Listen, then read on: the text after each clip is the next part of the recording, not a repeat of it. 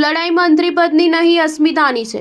દિગ્ગજ નેતા બળવાના મૂડમાં મહાયુતિનું ટેન્શન વધાર્યું। મહારાષ્ટ્ર મંત્રીમંડળના સામેલ ન કરવાને બદલ એનસીપીના વરિષ્ઠ નેતા છગન ભુજબળ નારાજ થયા છે। ભુજબળે મંત્રીપદ મેળવવા માટેની જીદ કરતા જ મહારાષ્ટ્રના રાજકારણમાં ખળભળાટ મચ્યો છે।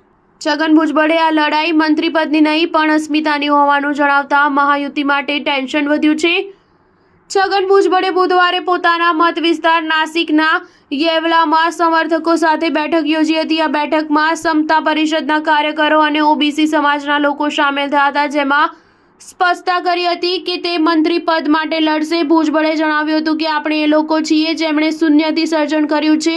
અમે ફરીથી લડીશું। આ લડાઈ મંત્રીપદ માટે નહીં પણ ઓળખ માટે છે। અનેક મંત્રાલયોમાં કામ કર્યું છે અને 40 વર્ષથી વધુ કામ કરી રહ્યા છે। આ લડાઈ આપણી છે। આપણે સૌએ સાથે મળીને આ પદ માટે લડવું પડશે।